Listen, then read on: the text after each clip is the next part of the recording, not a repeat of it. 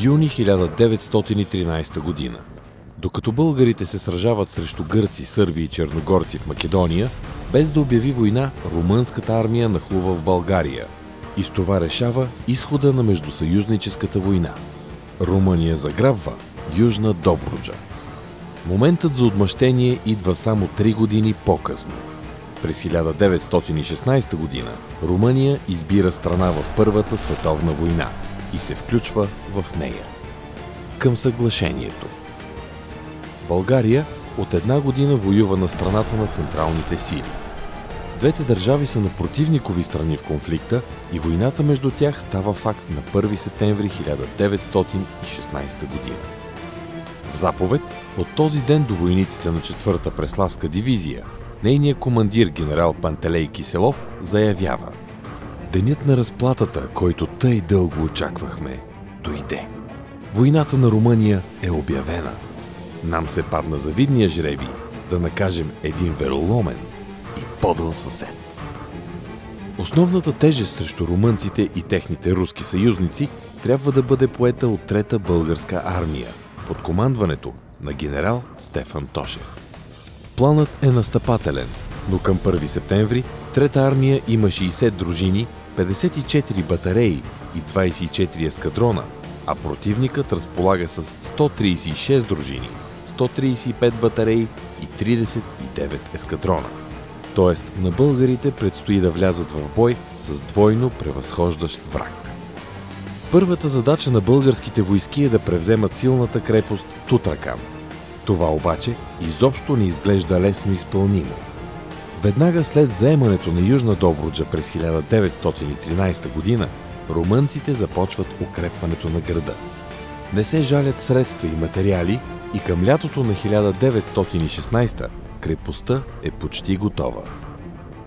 Тутракан е естествено укрепен с няколко дълбоки дола с стръмни страни. Именно по тях са изградени защитни линии.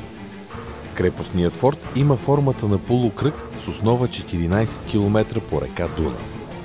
Състои се от 15 форта, които са свързани с по 2 линии окопи, като най-отвън има непрекъсната линия бодлива тел, а пък пред нея има разположени добре замаскирани вълчи ями, дълбоки 2 метра с заострени колове на дъното. Местността пред фортовете е съвсем равна и осигурява добър обстрел на 151 румънски оръдия. Сред тях и няколко заграбени през 1913 година български батареи. Генерал Стефан Тошев справедливо отбелязва: "И имаха право румънците да се гордеят с Тутракан и при 25 000-ния му гарнизон да го считат за непревземаем." Румънският план предвижда отбрана на Тутракан, докато дойде руската помощ. После настъпление и заемане на четириъгълника Русе, Разград, Шумен, Варна. Но за Трета армия е въпрос на живот и смърт да превземе бързо Тутракан. Времето работи против българите, тъй като от север идват руски части. Атаката на крепостта е под ръководството на генерал Пантелей Киселов и трябва да започне на 4 септември, но се отлага с 1 ден, за да се довърши съсредоточаването на войските. В това време командирът на крепостта генерал Теодореско настоява да му се изпратят подкрепления, каквито действително са прехвърлени през Дунав. Получава се парадоксалната военна ситуация, при която защитниците получават превес в жива сила пред атакуващите. Точно в 6:30 сутринта на 5 септември всички български батареи откриват огън, а за коригирането му е издигнат балон. След артилерийската подготовка фортовете са потънали в дим, но оцеляват и защитниците им не са разколебани. В 8 часа българската пехота атакува, а нареждането на генерал Киселов гласи: "Всички командири да застанат начело на своите бойни единици." Но дори не става нужда командирите да дават заповеди. Войниците сами се впускат в атака.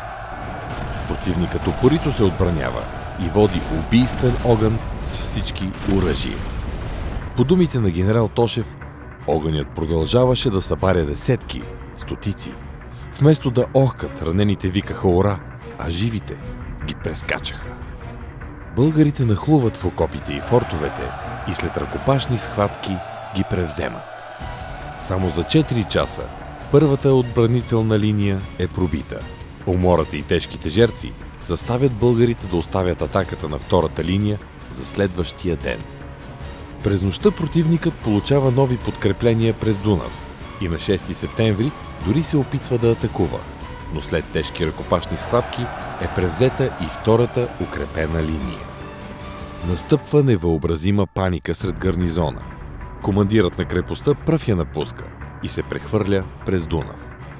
Българската артилерия открива убийствен огън по лодките и саловете, с които румънците се опитват да се прехвърлят през реката. Това води до големи загуби сред бягащите, а мнозина се давят в Дунав. Всички припаси и складове в Тутракан падат в ръцете на българите. Пленени са 480 офицери, 28 000 войници, 151 оръдия, много пушки и други боеприпаси, както и 2 знамена. Цената на успеха обаче е висока. Българите дават убити и ранени 210 офицери и 7806 войници. Победата при Тутракан е зашеметяваща. 3 години румънците изграждат първоразрядна крепост, която смятат за непревземаема, а тя рухва за 2 дни. Поражението е прието от румънците така: Тутраканския срам не само ни удари плесница по лицето, но повлия дълбоко върху по-нататъчното развитие на войната. То е първоначалната причина за нашите нещастия и за разгрома, който последва. Действително, с превземането на Тутракан се решава съдбата на Добруджа. С падането на тази крепост се открива най-краткия път към Букурещ, в който българите малко по-късно ще влязат тържествено. Още през 1916 година един български автор оценява победата така: Тутракан. Това е възмездието. След победата при Тутракан казаха: върнахме си българския град, взехме си Добруджа. Аз казвам: не град си върнахме, там си върнахме честа.